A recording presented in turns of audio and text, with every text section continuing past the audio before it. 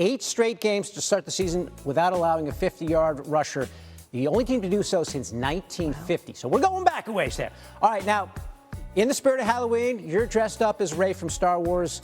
Some NFL players also got dressed up. Let's check them out. We had Drake May at a pediatric cancer patient hospital dressing up as Dragonite from Pokemon. So getting into this is Jared Goff. Not only he's dressed up as Remy, he can juggle too. So he's got all sorts of party tricks. This Jets rookie Armand Membu. I can't tell where his body starts and hello, who are you? I don't know. They're all dressed up. It's a contest there for the Jets. So, segue, what's the scariest team in the NFL right now?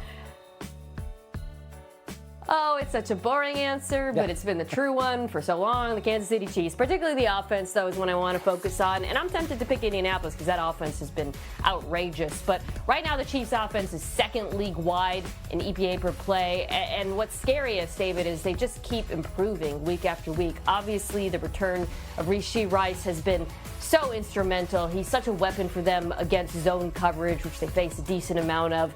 But I do think they're running the football better and will continue to do so as teams start allocating more bodies to coverage. And that Patrick Mahomes guy, he's pretty good, and he's playing unbelievable football right now. You saw him making plays outside of structure last week. He truly can do it all. He's so pretty good that right now he's plus 150 favorite to win MVP again, according to ESPN Bet. Mina, thanks for the insight. Happy Halloween, trick-or-treating, get some candy, all that good stuff. Colts on Sunday. So, Mina, what's the matchup that you'll be watching for to define that matchup between the Colts and the Steelers? Yeah, I'm looking at Aaron Rodgers versus Lou Anarumo, the Colts defensive coordinator. Rodgers this season loves to throw the ball quick. He's got one of the fastest time to throws in football. Quick game is a huge part of the Steelers' offense. Then they play action outside of that. For Lou Anarumo, I think the challenge is, can he make him hold on to the football? One of the ways he does that is disguise on the back end, simulated pressures on the front end. He is so good at creating confusion, not only for quarterbacks, but also for offensive lines. And my feeling is if he can just make Aaron Rodgers hold to the football a tick longer than he's comfortable, pressure has a chance to get home, and Aaron Rodgers has a chance to make some mistakes. All right, Mina, the Lions have every right to be saying, I am your father, going into Sunday's game against the Vikings as they've won the last 5 against Minnesota. Which matchup will you be watching for in this one? I think the Lions are going to have a lot of success running the ball on the Vikings. We don't even really need to break down how good the Lions are at running the ball, right? With, of course, Jahmyr Gibbs and David Montgomery as well. That offensive line is as dominant as ever. But I highlight it more so because it's been such a weakness for Minnesota this year. Surprising because they were so fantastic last season at defending the run. But this season, by most efficiency metrics, they've been a bottom 10 run defense. So it's something that they can really take advantage of. In the past, Jared Goff also has had a lot of success off of play action, attacking Minnesota between the numbers downfield. I think that's going to continue this day, but the tip of the spear is Jahmyr Gibbs and that, or not today, this weekend, is Jahmyr Gibbs in that rushing attack. Lions 9.5-point favorites in that one. All right, lastly, the AFC's version of Luke Skywalker versus Darth Vader. You got the Bills and the Chiefs. Which matchup are you monitoring for that one? Well, I'm trying to figure out who's Darth Vader. I guess it's the Chiefs, right? So I'll go with Luke Skywalker, who's Josh Allen. The play-action passing attack, I think, has got to be a big part of this Bills offense against Kansas City. Over the last 2 weeks, something Buffalo's done that I found interesting is increase their use of the fullback, Reggie Gilliam, so 2 backs on the field. I think if they do that against Kansas City, they'll counter it by putting linebackers on the field, which exposes the Chiefs in the passing game. They've also been bad against play action this year. I think back to week 1 with the Chargers. So that's something that Buffalo can do, I think, to move the ball on them through the air and hopefully keep Darth Vader on the other side of the field, off the field, versus that defense. Mina Kime, she is. That's my Darth Vader. See, that's my contribution right there. You need some oxygen. Stuff, Jay. Thank you, Mina. All right, go. Well, that's Cap, where he digs deep into the numbers. And there is the man of the hour. We're going to look at the top of the AFC North, Cap. Hannah, this division has been flipped on its head over the last few weeks. Entering week 7, look at these numbers. The Steelers had a 79% chance to win the AFC North according to our analytics. The Ravens were at 16%. Steelers were 4-1. The Ravens were 1-5. Now, just 2 weeks later, the Ravens are 3-5, but they've got Lamar Jackson back. and Baltimore has a 50% chance to win the AFC North ahead of the Steelers, who still have a winning record and are in first place at 4-3. Part of that is because Lamar is back. The other part is each team's remaining schedule. The Ravens have the 5th easiest remaining schedule in the AFC. Steelers have the 3rd hardest. And let's dig into this a little bit more, and we're going to use our playoff predictor touchscreen. Starting with this game on Sunday against the Colts, Steelers have a 42% chance to win that game according to ESPN analytics. Look at these numbers here. Pittsburgh is only favored in 3 of their remaining 10 games. This game against the Bengals, they play the Dolphins here, and then Week 17 against the Browns. Look at these 2 games against the Ravens. 37% chance to win in Baltimore, only 46 when they played the Ravens at home in Week 18. So let's put this in action here. Focus on these 2 numbers at the top. If the Steelers beat the Colts on Sunday, despite everything I just talked about, things still looking good for Pittsburgh, right? Up to 64% to make the playoffs, 51% to win the division.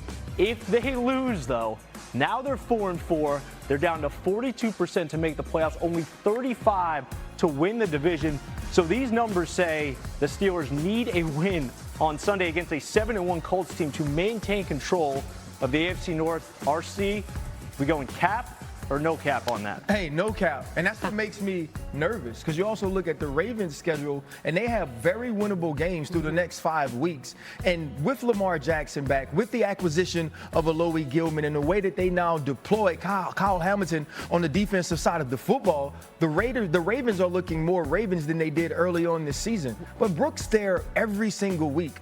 The Pittsburgh Steelers defense is no longer that vaunted unit that it used to be in the past. When you look at the second half of the Green Bay Packer game, 20 straight completions for Jordan Love. Emmanuel Wilson able to run out the clock with physicality. That just can't happen, and it normally doesn't happen in Pittsburgh. And if they don't change some things, and I mean change things immediately, they're in trouble. But with the Indianapolis Colts coming into town, offensively, they do all the things that give the Steelers trouble. Well, you can just imagine Jonathan Taylor could potentially have a field day. It's such an efficient offense. Brooke Pryor here with the Steelers every single day. How are they prepping for this one? Well, I think about what Mike Tomlin said at the beginning of the week, and you mentioned they need to make some changes. Well, he said we're going to keep doing what we're doing, but do it better, which that kind of feels like an understatement, right? I mean, a lot of their focus this week has been on how to slow down Tyler Warren and Jonathan Taylor. And that job to slow down tight end Tyler Warren just got a lot more difficult because they put Deshaun Elliott on IR. We knew that was going to happen. Jabril Peppers is also out for this game. He had a quad injury 2 days ago, did not practice on Friday. That's a huge miss because he was going to be the physical type of guy that Deshaun Elliott is, and that's key in both the run game and in guarding Tyler Warren. They did just trade for Kyle Duggar, but kind of remains to be seen how much he can be caught up to this. So it's going to be a tough. If you were Tyler Warren watching Tucker Kraft last week, you are licking your chops. Let's go. All right, let's look at our picks. We can't get a pick from Brooke, obviously. Everybody else is on the Colts, Brooke, and we have high-scoring, close games, all of us, except for Dan, who picks 2017 every game, and there's a gong, but this week it's a scream. Should we be screaming, or are we on the mark, you think? I think you're on the mark with it being a high-scoring game, because that's the only way the Steelers are going to be in this one. Is the Colts defense is just as suspect. So maybe Aaron Rodgers will turn back the clock again. Hey, you got to figure they might have to put 30 points on the board to have it with a few more touchdowns, nearly half as many turnovers. Mahomes has the 5 wins, including all 4 playoff matchups, 3 of which ended in a Chiefs fourth quarter comeback. Dan, what do you think will be the biggest role in determining the outcome of this? Oh, it's off. Oh, that's sad. Oh, well, there you are. Okay, he's back. Can you hear me? I can hear you now, I think. Yeah, this was just a mask, Hannah. Okay, no, it's just a mask. Yeah, it's just a mask. All right, what's the key to this game? What defensive line plays better? And neither defensive line for both of these teams has been good. And Ed Oliver's not going to be there for Buffalo. So it's like Epinesa, Joey Bosa, this is why you were brought there. Michael Hoyt off your time away. One of these pass rushers is going to have to play a big moment, or in a big moment play well. Chris Jones, Karlaftis, they haven't been their dominant self. What defensive line gets the quarterback on the ground on that pivotal fourth quarter play? Mina? Yeah, Okay. I think for Buffalo, there's a number of ways you can attack this Chiefs. Chiefs defense is good, but Dan's right about the pass rush. One thing I would do if I'm Buffalo, and we've seen in the last couple of weeks, they've really bumped up their use of the fullback, Reggie Gilliam. I would go 21, 22 personnel. Kansas City counters that with their base defense, and then I'm play actioning them. Get those linebackers. Those linebackers are great going side to side laterally, not great going backwards. And I think they can do that. The play action pass attack can be really effective for Buffalo in this game. Tell you who won't win an Emmy this year. NFL Live costume department. Bet you that.